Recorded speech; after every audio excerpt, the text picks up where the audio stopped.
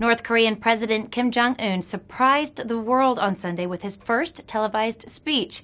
KTVU has the story. Kim Jong Un spoke during festivities celebrating what would have been the 100th birthday of his grandfather and the country's founder, Kim Il-sung. He became leader last December when his father, Kim Jong Il, died. The young leader's rhetoric stuck close to the line used by his predecessors. Al Jazeera has the translation.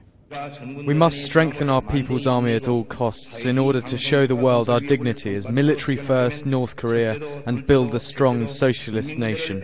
That's right, military first, but by addressing the public, Kim has also shown himself to be a different kind of leader than his father, who reportedly only spoke publicly on one occasion, a writer for the Wall Street Journal says. Mr. Kim took his latest step to create a public image that is more like his grandfather, who could be gregarious in public settings, than his father, who was more reserved and whose voice was broadcast only once. In his public appearances, Mr. Kim has often been seen hugging and walking arm in arm with people.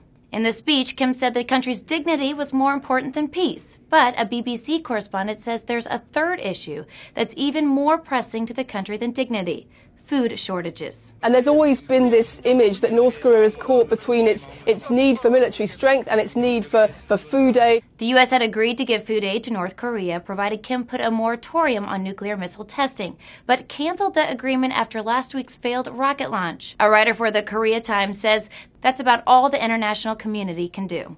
North Korea will attempt to reassert itself with another provocation, most likely a nuclear test. Until the Chinese lose patience with their wayward client state, there's little the outside world can do in the way of sanctions and condemnations that it hasn't done already. The Associated Press reported that at China's request, the U.S. and South Korea are showing restraint in their responses to the rocket and the speech. For Newsy, I'm CARISSA, LOETHEN. Multiple sources, the real story.